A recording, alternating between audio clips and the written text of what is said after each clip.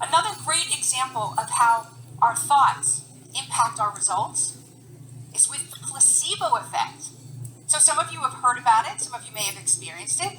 This little sugar pill that has the same biological impact that the actual medication has. How's that possible? It's possible because people believe that it will work. Positive thinking leads to positive results. So the opposite is also true, that negative thinking leads to negative results. And that has a name. It's called the nocebo effect. I know, right? So it is why it is so critical that you know how to manage the energy of your thought. So let's think about and learn about thoughts, our thoughts. The National Science Foundation tells us that we have 70,000 thoughts a day. 70,000.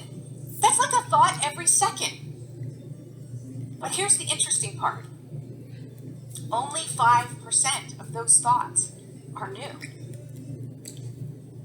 Think about that. That means that we are constantly, 95% of the time, repeating our thoughts over and over and over again in our heads. Are you aware of what percentage of those thoughts are negative? And the impact that it has on your life? And we all have these automatic negative thoughts that go on unconsciously. So things like, oh, that's good for them, but not for me. I can't do that. I'm not good enough. I'm not experienced enough. I'm not strong enough. I'm just not enough. So self-sabotage lives in the unconscious. So what about right now? How are you judging me, or what are you thinking about right now? Are you still back in the Matrix, kind of going through a scene? Or you go 70,000 thoughts. Let me Google that, and you're on your phone. Or maybe you're shaking your head in disbelief and saying, no way that that's true about stress. Or maybe you don't like the sparkles on my shirt or the buckles on my shoes. Maybe that's how you're judging me and what I'm talking about.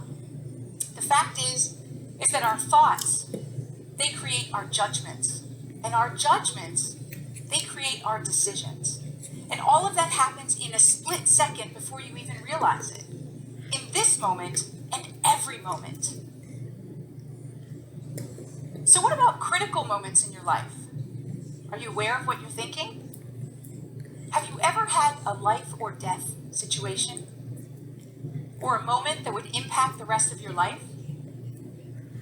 Well, I'd like to share with you, take you on a journey. So I was scuba diving in Australia at the Great Barrier Reef, and we were in a scuba diving advanced course.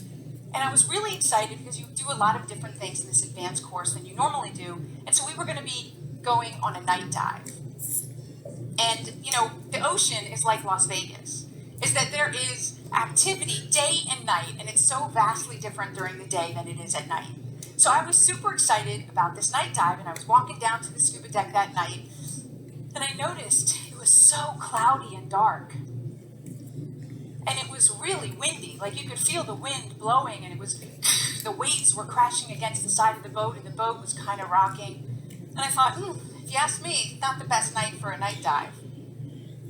But, I was eager, but then I came down and I overheard the instructors talking about the safety of the dive and questioning whether it was safe for us to dive that night. And they proceeded to say, okay, we were going to make that dive. But I couldn't get it out of my head that there was a question about the safety. And then everything seemed magnified. The clouds seemed to come in on me and the boat seemed to rock that much more. I was really uneasy about this dive. And as luck would have it, I was one of the first to go into the water. And as I was standing there about to go into the water, my heart was racing. And it was so loud, it felt like it was in my ears.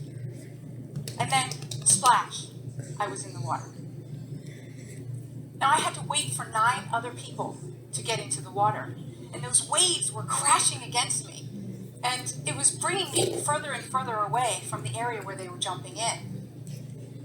And then the waves kept crashing against my face, and it was making it hard for me to breathe.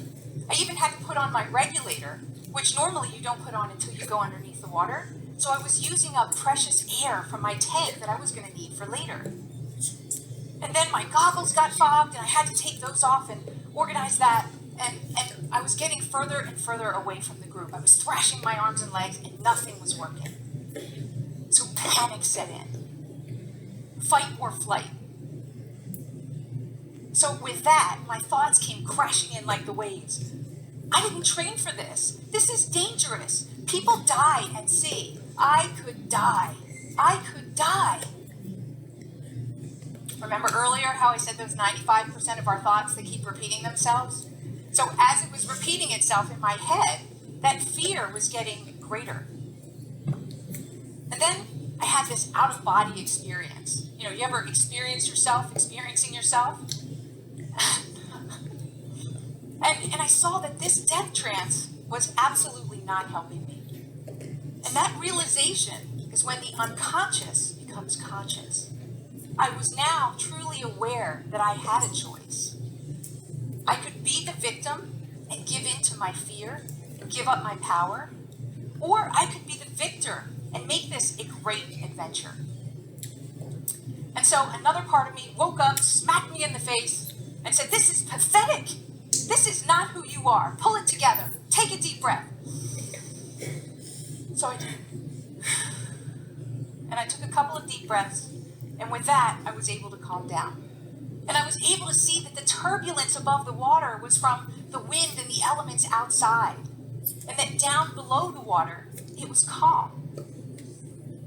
So with that, I made the decision to complete the dive. And interesting enough, as I made that decision, I got relatively quickly back to the group.